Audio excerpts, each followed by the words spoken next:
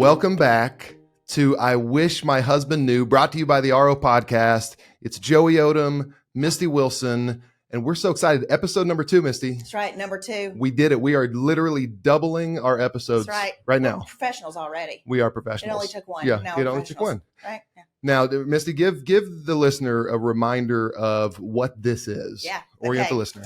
So this is something, it's kind of the I wish my husband knew. So it's either something that, my husband and I have been married for 22, 23. He's better at that than me. You should know that number. I really should. Okay, I don't. It's fine. It's either something that we've been throughout those years of like, gosh, I wish he knew how that made me feel. Or if he only knew. And then for some, it's like I've heard friends say these things. So, yeah. And you go, so what you'll do, so Misty goes and gets a topic.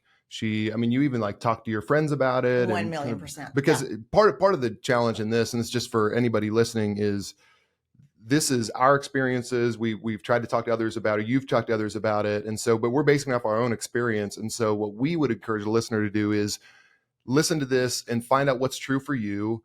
And maybe definitely more importantly, let it spark a conversation with you and your partner. That's the goal, right? Exactly. That is the goal. Yeah.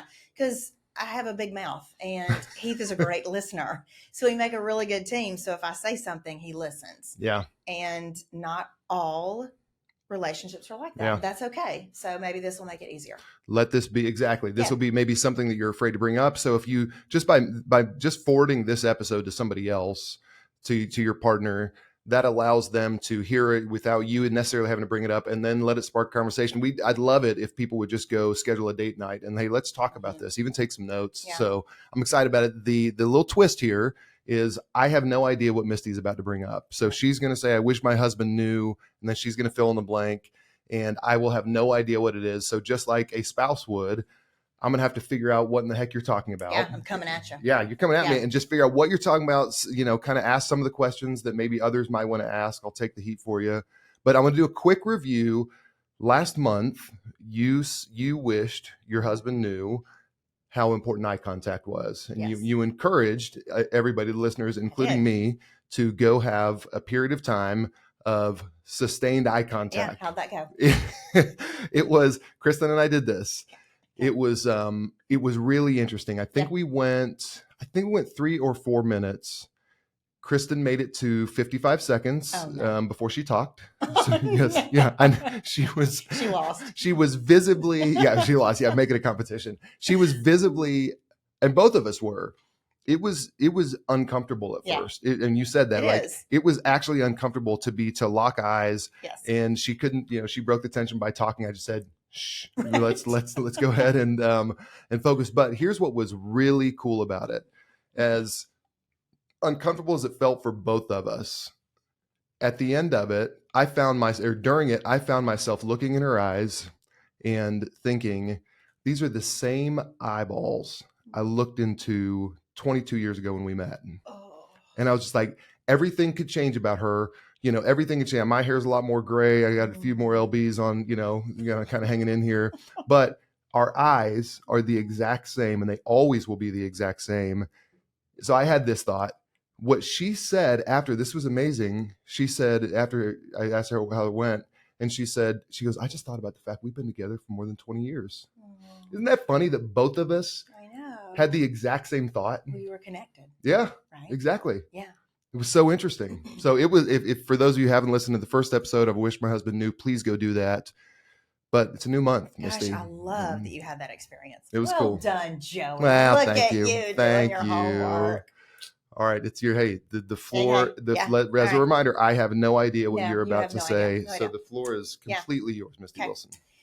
So I wish my husband knew how important my time away from the house and the kids and even his precious little darling baby soul. It's important. How important your time away. My time away. All right, I have a million questions to begin. Yeah, frame it up for us to begin with. Go take us a level deeper on. Well, I can tell you where it originated. Okay. So just a little backstory here. Heath had a previous business before this one. Took him on a lot of trips, a lot of travel, a lot of hours. And then, we moved to London and took him a lot of more business travel. And he just kept traveling more and more and more. Then when we moved back to the States after 2 years, and he starts training for an Ironman. And he was gone all the time. I'm absorbing all of the family. Yeah. I'm absorbing it all. And women don't compartmentalize. So this is all just one big lump in my head. Like, my husband gets to, and I'm going to put that in some quotes, because he gets to go on these business trips. And so it originated with me being super, super bitter and just, really mad at him, really mad. I would see him pack up his bags and just wish I were packing my bags. I don't even care if it meant I was 30 minutes on an airplane where no one can talk to me unless they want to ask me if I want food or a drink. Mm-hmm. Lucky him. I was so jealous. And these are when all of our kids were, we had 4 under the age of 5 for a while, 5 years old. So you can imagine all the constant chatter in my ear. Yeah.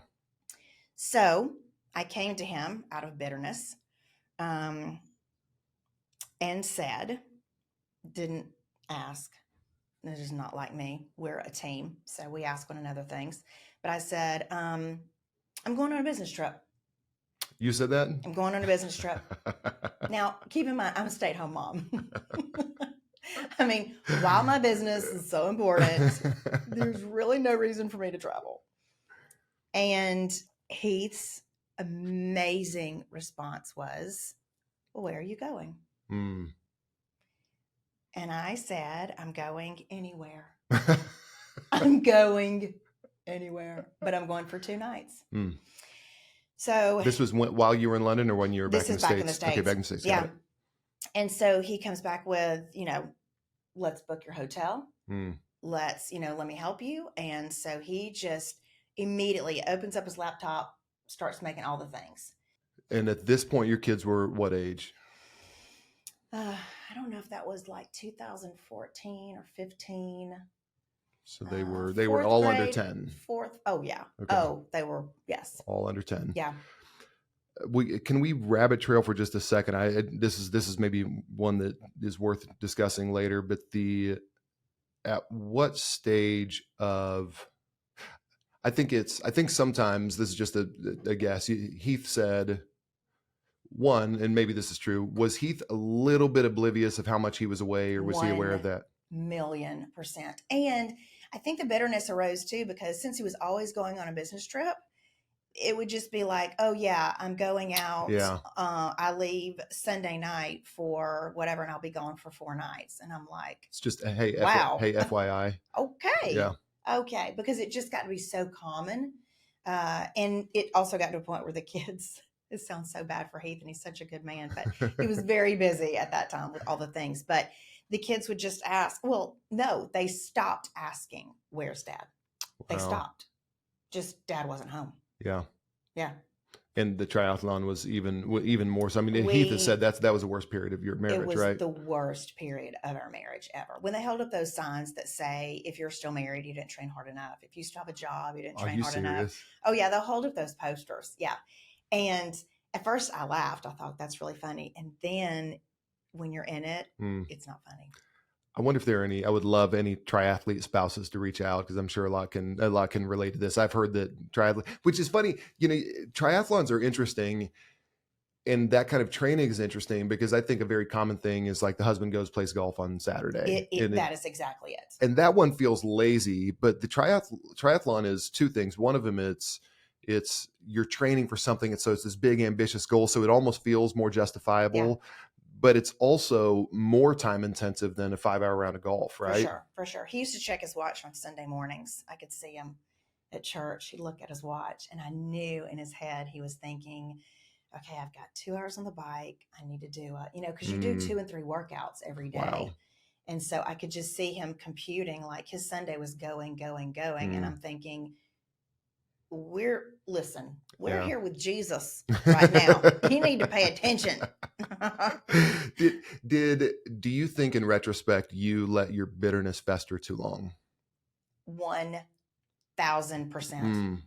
How would you, if you could have gone back and maybe, I don't know when that began, or maybe when things, how would you have begun to cut off the bitterness? And maybe this is for the person who is starting to feel like a little bit of, maybe what is the first step, just a little bit of resentment, maybe disappointment, then resentment, then bitterness. So Oh gosh, it's just such a, like, first of all, it is my job. The kids are my job, and I take it very seriously. I was a school teacher before, so kids, that is my line of work. And so when I had my own, they are my job. And so I took that so seriously, but women also tend to really take them on, which leads us into a whole other thing. Yeah. We won't go down that, but you love God first, you love your spouse next, and then you love your children. And for me, I really was, I was in my kids, my kids. And I don't know,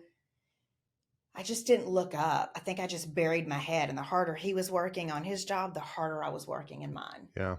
And it just split until I looked up and thought, oh, I'm mad. How could you have maybe, would maybe you just answered it, would the first step have been just looking up and being like, hey, I'm a little bit pissed off right now? Like, I think I probably said it. Yeah. We're very communicative. So that was kind of a tough word, right? You nailed it. I slowed it out. You nailed it. You noticed that? Okay. You're just showing off. I know. Vocabulary is amazing. Yeah. So I think I probably mentioned it. And at the same time, he and I are both like, but this is where we are. Yeah. But this is it. Like, he's growing a business. He's like, this is where we are in life. So everybody has to pull up their bootstraps. And yeah, that's true. I'm wondering how you get to that point where, how do you is there anything you could have, maybe let me ask you, is there anything you could have done at that point?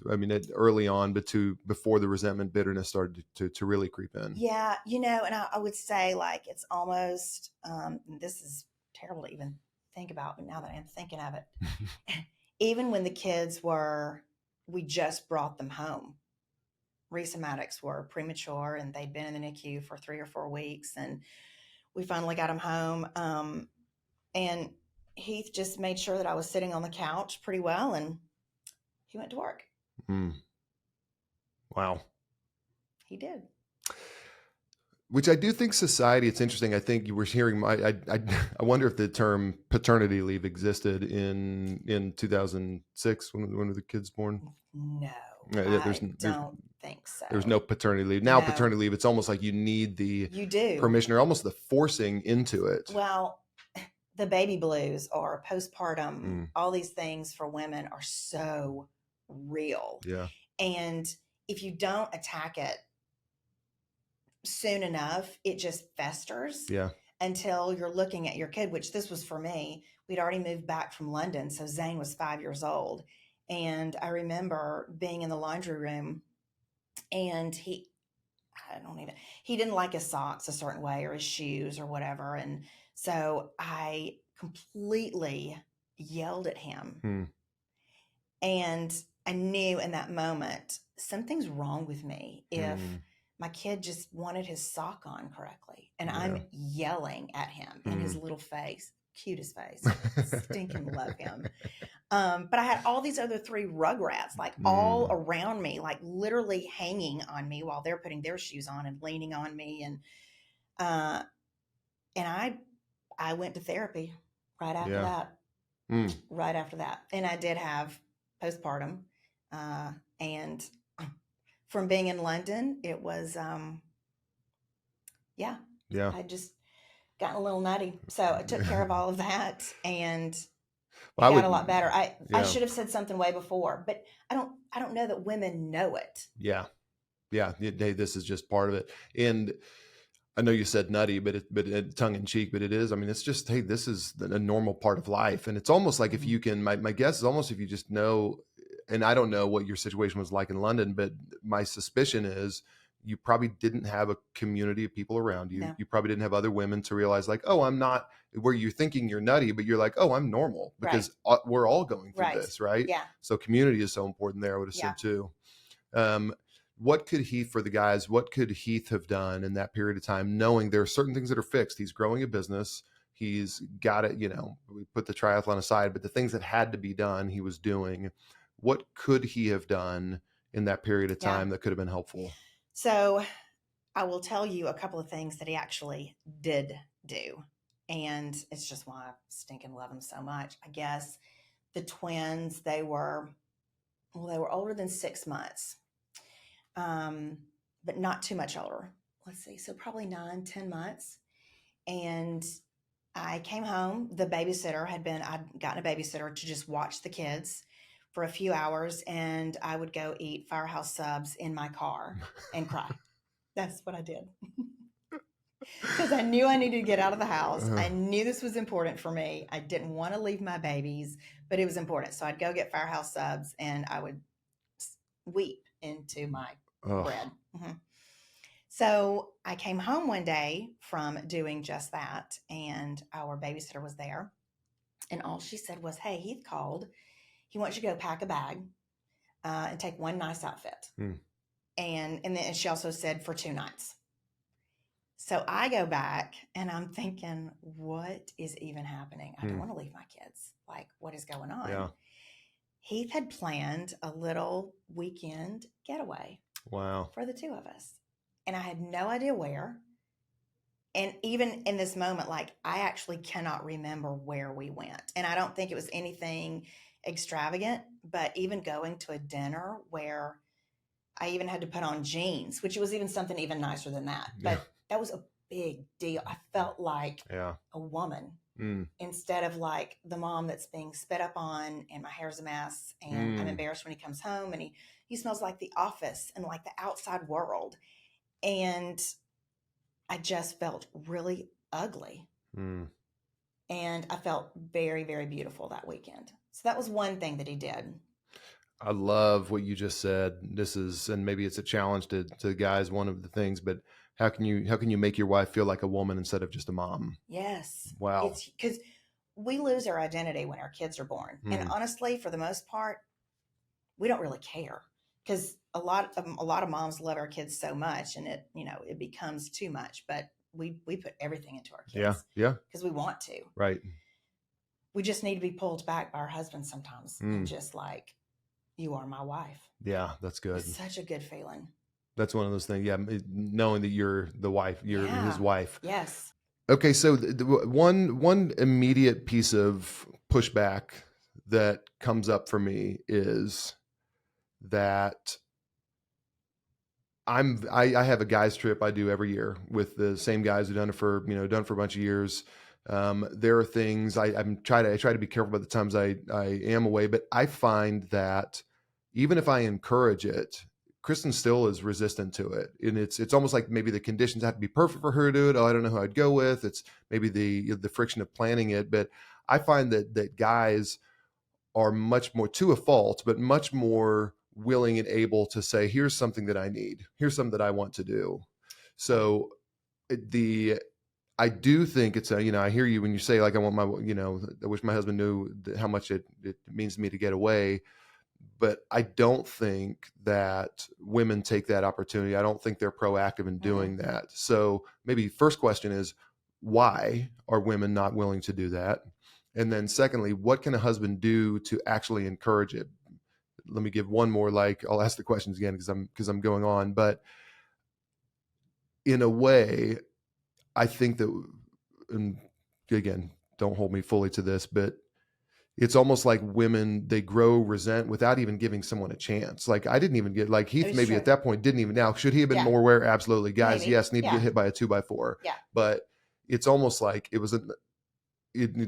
could feel, I'm sure from his perspective, like an unfair amount of bitterness. Because when you gave him the opportunity, he was like, yeah, where are you going? Let me help plan it. I don't even knew that he knew that I was bitter. Yeah. And I think to flip it the way that you're asking, like, how would a guy know, or how, it's almost the same kind of thing. Like if your guy is your spouse is working super hard, because it could also be that the woman's working and the husband's there at home. Yeah, right. Okay, so your spouse, it's the same as whichever one is like working the most or putting so much time into something, and they need a break. Yeah. They don't know. So, Heath gets up on Sunday mornings and I sleep in, and he loves that time because he can get some more work done in the morning. Yeah. Or he can plan for his Saturday with all of the, work and things that he wants to do during the day. It takes me sometimes saying, would you just not do any of that today? Like, it really is okay. Yeah. If you want to sit and watch football all day long. And I think if he did that all the time, I wouldn't be saying that. But the fact that he just keeps going like the Energizer Bunny. And so it's constantly me being, just sit down. Yeah. Like, don't do anything for a minute. So it's almost the opposite, or same with the spouse that's with the kids. Like, go take a break. Like, when have you gotten out of the house? When have you been out? And it's not just, I'll stay home with the kids this Saturday while you go to the grocery store. Yeah. No. Yeah. No. Although I will say that's pretty special whenever you're in the house all day and you get to go to the grocery store without your children. Yeah. That is a nice thing. All right. So that's, the answer to the question you said, how would a guy, again, don't get caught up as much on gender, but how would a guy know his wife needs to get away? And the answer is, because she's a human, right? I mean, like, it's almost like let's, instead of trying to detect all the signs, I think we may be overcomplicating it. For anybody listening, your spouse needs to get away. Yes. Right? Is that true? It is. So what is an effective way that a husband can encourage that? For again, I think because wives are so duty bound, and I got to take care of the kids. What can a guy do to encourage it? And then what can a guy do to assuage some of the concerns that a wife might have for what's going to happen when I'm away? Yeah. So the one where he said, we're going out for the weekend, was just so attractive. The other one, there was a time that he asked me to go on a business trip with him. Oh. And that was pretty cool. I would just stay in the hotel while he was doing whatever meetings. That's a great way. If it's anything about cost, finance, or anything like that, husband, wake up in the morning, and when your wife gets up, or let her sleep in, say, you know what, I've got the kids in the morning, you sleep, and you need to just get out of the house tomorrow. It doesn't matter what you do, but I want you to be gone for 2 hours. Like, start small. And what about that is meaningful? Is it the actual act of getting away, or is the fact that that he thought about you? Then it becomes both. Okay. Then it's both. Yeah. That is definitely both. Like, yes, we started with, I wish my husband knew, how I need the time away, but wowzers. I mean, if he can go ahead and read it and see it and plan for it, that is just extremely attractive. Yeah. That is, well, that's, we're feelers, and that is above and beyond if he just thought first to say, hey. And this goes back to, I'm imagining a guy getting really excited about this idea, and then going and saying, hey, I planned a weekend away for you. And then when she's just like, I really just want a date night with you, or saying, hey, I planned a date night with you, and her thinking, I would kind of like some time on my own. And it's almost like asking for your own Christmas present. You don't like to do that. You wish the other person would guess it. But how can we figure, this is just the most basic dumb husband question ever.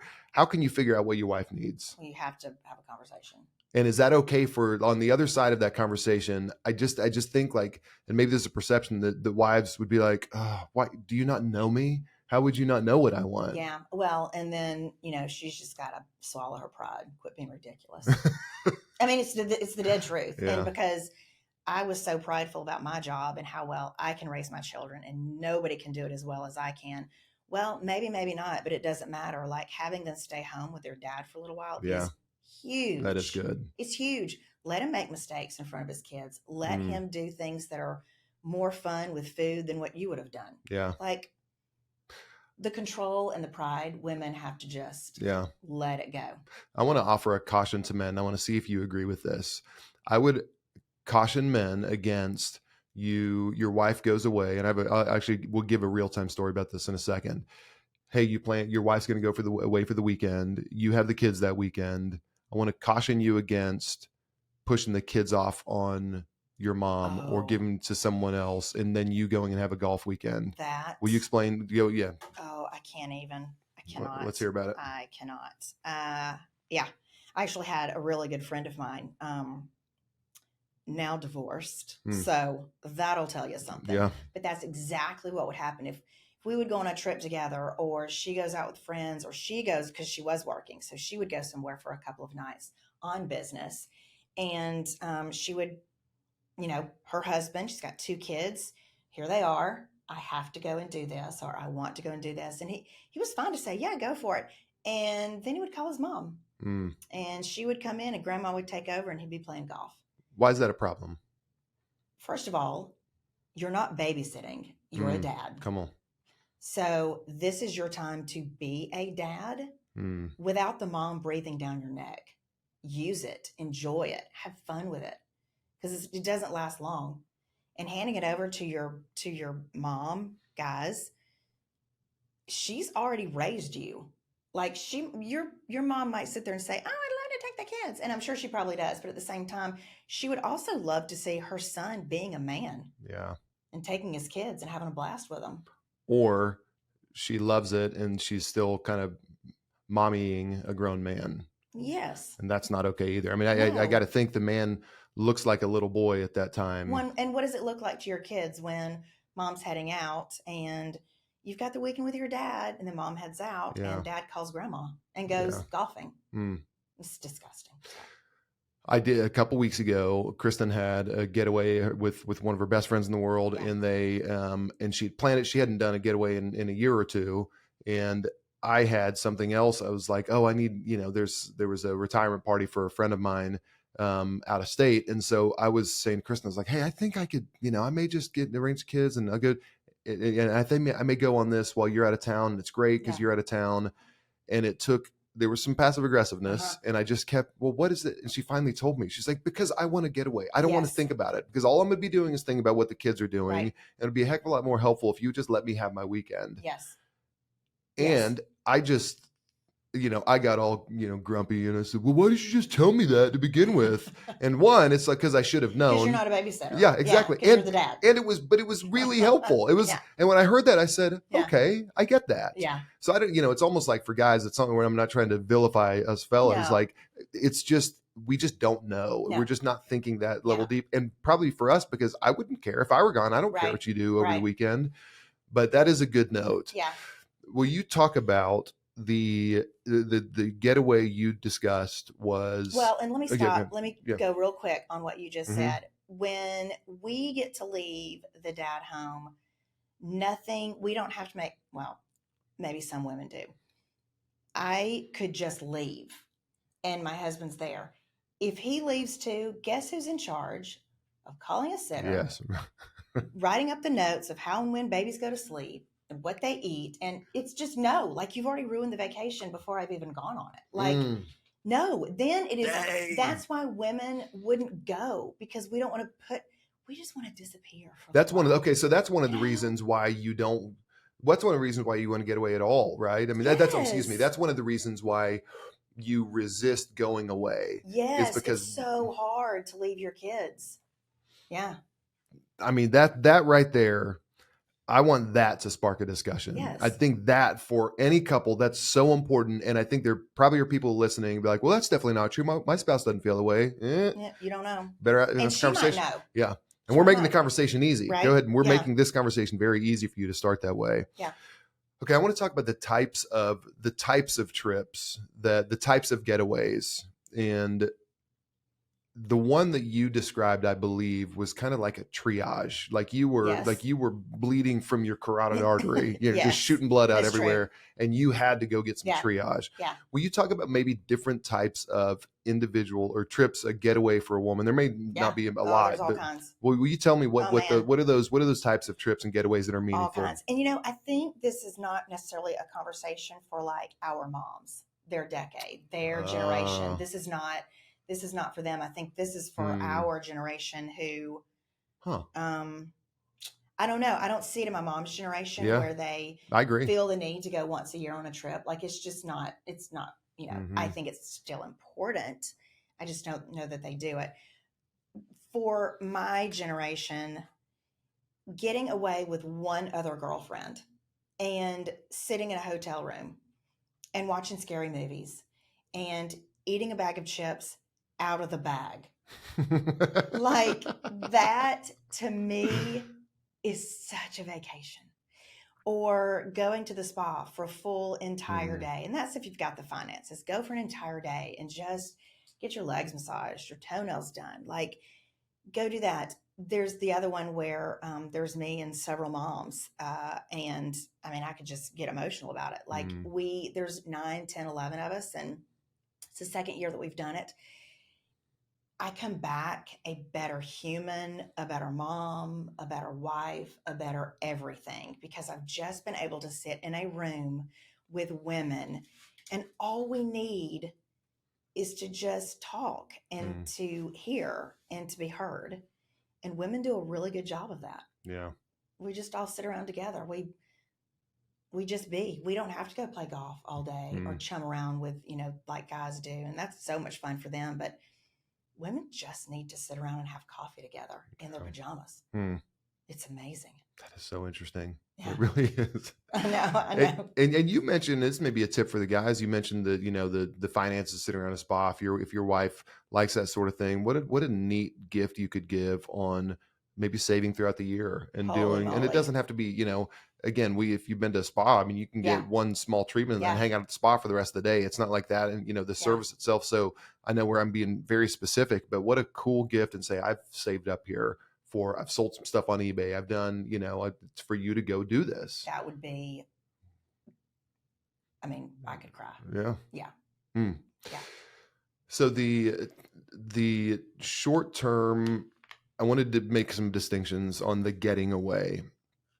We're talking about a weekend. We're kind of talking naturally towards the context of like a weekend getaway. Mm-hmm.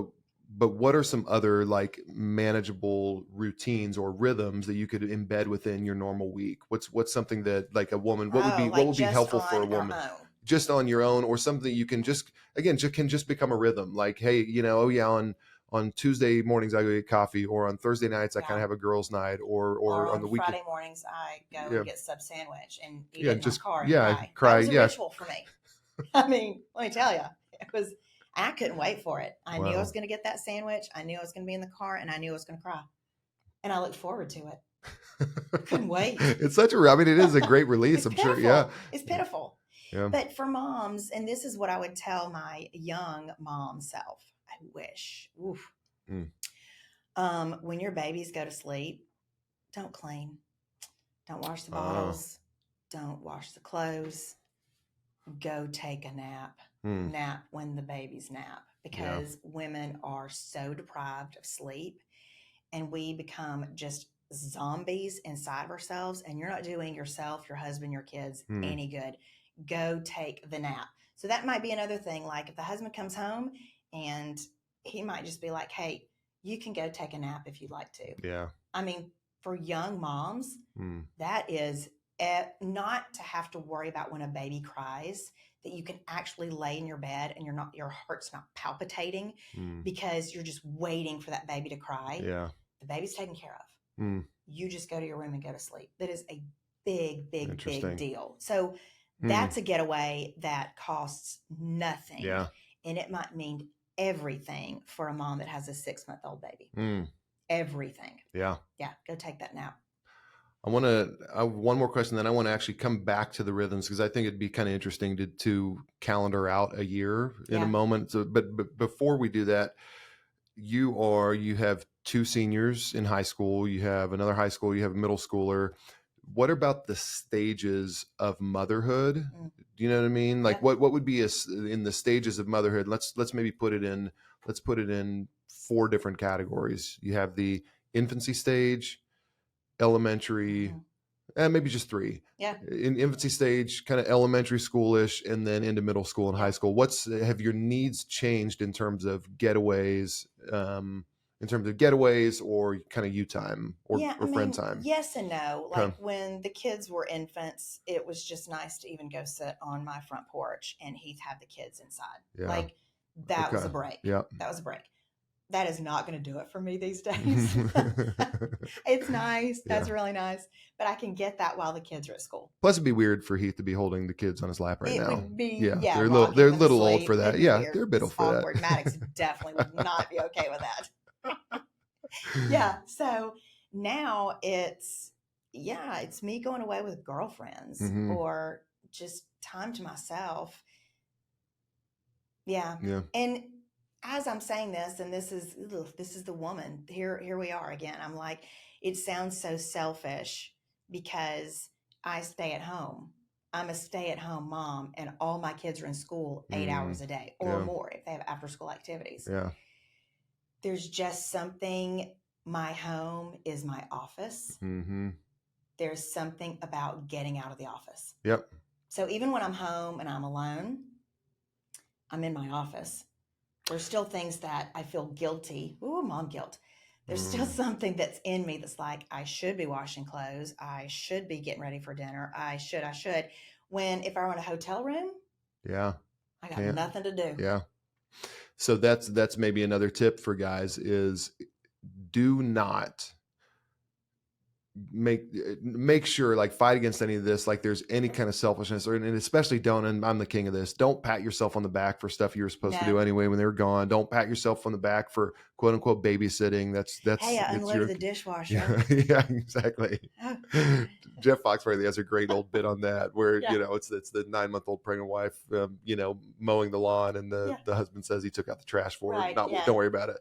But I think that's another good tip for guys here is, one, for the ladies, you got to, like, you're not being selfish. You're taking care of yourself. In fact, by you taking care of yourself, you're better able to be there for everybody around you. And if husbands can make sure to fight against this impulse to take credit or have your wife feel guilty about doing this, just if you can encourage it, man, what a game changer. And again, for the guys that you're not doing it out of selfish pursuit for yourself, but it will end up, that'll be good for you if you do that. It feels counterintuitive. So important. Yeah. Yeah. Taking trips as a husband and wife. Yeah. That's also a gift. And if the husband were to be the one, if he knows anything about any of the babysitters or calling his mom at that point, like, that's really nice. Yeah. To go on a trip together, even if it's his business trip, go with him. Ask if you can go with him. Yeah. Say, I'm really jealous of you being on an airplane for an hour while you fly here. Like, can I get on that airplane with you? Yeah. Because when you're in that seat and you're a mom, you have to sit down. You are buckled in. Yeah. There is a light above you that says you have to stay in your seat. Yeah. It's right. amazing. You have to. It's amazing. They give you drinks too. It's great. Yeah. Right. Well, and if a guy is, if a spouse, male or female, is, if they travel a bunch, they probably have a companion certificate to be able to, where their spouse can fly with them. Yeah. So you remove a lot of excuses if someone travels a bunch. Yeah. All right. So I want to hear about, let's schedule out. Let's go back to rhythms and just begin. You're really on this scheduling I am. Is this because that's a good question. It's the spontaneity, and you think that you would along the way forget? Yes, I think planned spontaneity is the best kind of spontaneity. If you plan spontaneity, I mean, it's if you just plan, even if it's, because then you can color in the lines on the important things. If you just say, for a guy, here's the schedule, and you're right, I need to be more literal about it. And so this is almost maybe a little bit of a hack for yourself. It's going to feel like you're being spontaneous to your partner, but for you, it's almost like if you're just now beginning this with young kids, just look at your month ahead and say, whether it's a Saturday or a Sunday, and honey, I've got the kids on Saturday the 23rd. Yeah. And each month find your day. Okay. Because if you do it every Tuesday night at 6:00, life is busy and things come up. Yep. And if she misses that Saturday the 23rd because something came up, husbands, wives, put it back on the calendar for the week later or for a day later, or don't just skip that month. Yep. Like, figure out when to do it if you missed that day. All right, so we're going to go with, and this is more for, and the reason I'm kind of teeing this up also is for this to be an easier discussion to say like, hey, here's a framework that I heard, and how does this work for you? So a day a month of solitude, a day or evening a month of solitude. Yeah. What about a frequency of date night with the two of you? How frequently? That is, so Heath and I, when the kids were little, we did it once a week. Okay. It was Thursdays. And that can also, by the way, be a glass of wine on the back porch. That is not an extravagant dinner. Sure. No. It could. Yeah. And the other thing with that too is, for a long time when our kids were younger, they knew like after dinner we clean up from dinner and mom and dad go out on the back porch. Yeah. And that's our time. And we might be out here for 30 minutes. We might be out here for an hour. They look through the window at us. Like, no, not yet. Still talking. And and then later we would let them come out, which they see us out there talking. Kids love when their parents are investing in one another. They're watching that. Yeah. And that sets up their expectation for their future marriage.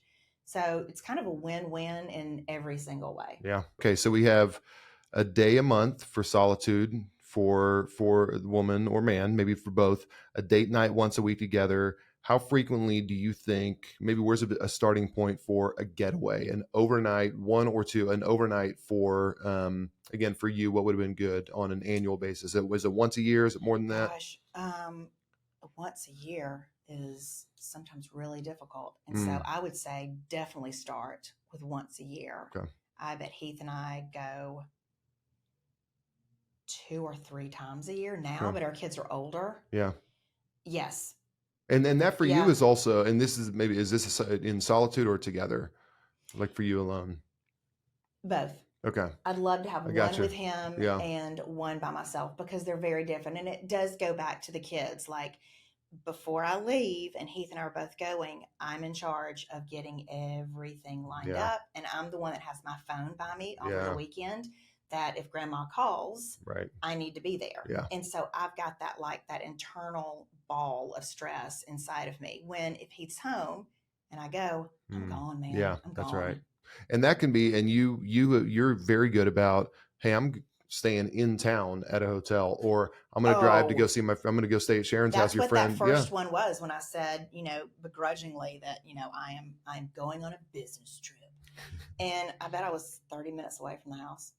I felt like I was a million miles. Yeah. It was amazing. Amazing. Yeah.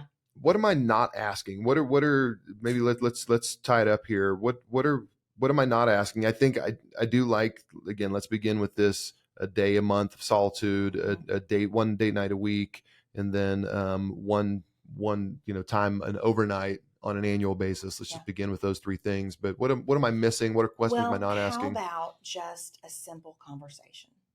Yeah. Like, wives, moms, be honest with yourselves. Like, take a hot minute and strip yourself of your pride and your convictions and the lies that you're telling yourself that you're the only one that your child needs. That is a lie. That's good. It's an ugly lie. Yeah.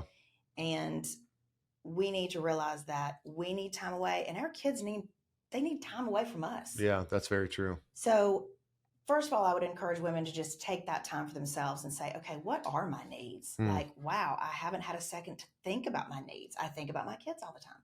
I think about my husband. Take a step back, think about what you need. And then women, go to your spouse and say, can we talk about something really weird? Yeah. Like that I didn't even think about until now. Yeah. And then just talk about it and say, I don't even know what my needs are, but I know I need something. Maybe it's just an hour just to go for a walk by yourself. I don't want to be a broken record here, but that's a cue. We talk about cues a lot. That's a cue whenever your wife says, can I talk to you about something weird? And even saying something weird, that's almost like that. When I hear that, that's a little defense mechanism. You're not fully confident in saying it. Can I talk to you? So it's like, again, we talk about subtle bids. Yeah. So what the guy does there, fellas, or on the other side, what the woman, if you can do, just say, absolutely. Let me put my phone away. Just the simple act again of putting it away. And then there's that eye contact. Absolutely. Like it all comes back around. No doubt. Yeah. And we just went full circle. I like that. We did. That was good. We brought it back the first episode of Wish My Husband Did. That was great. Man. Oh, this is awesome. Again, our hope is this starts a conversation and Yeah. find out what works for you. We've talked about things from our own personal place, our own personal place of faith, our personal places of what works for us, what doesn't. This is all to begin a conversation, to take out that first 50% of friction of having it. So just have this conversation with each other. I think this alone, how important my time away is. This could be a game changer and preempt resentment and make a huge difference in marriages. So that's good. Indeed. Nice work. Indeed. So proud of us. So proud of us.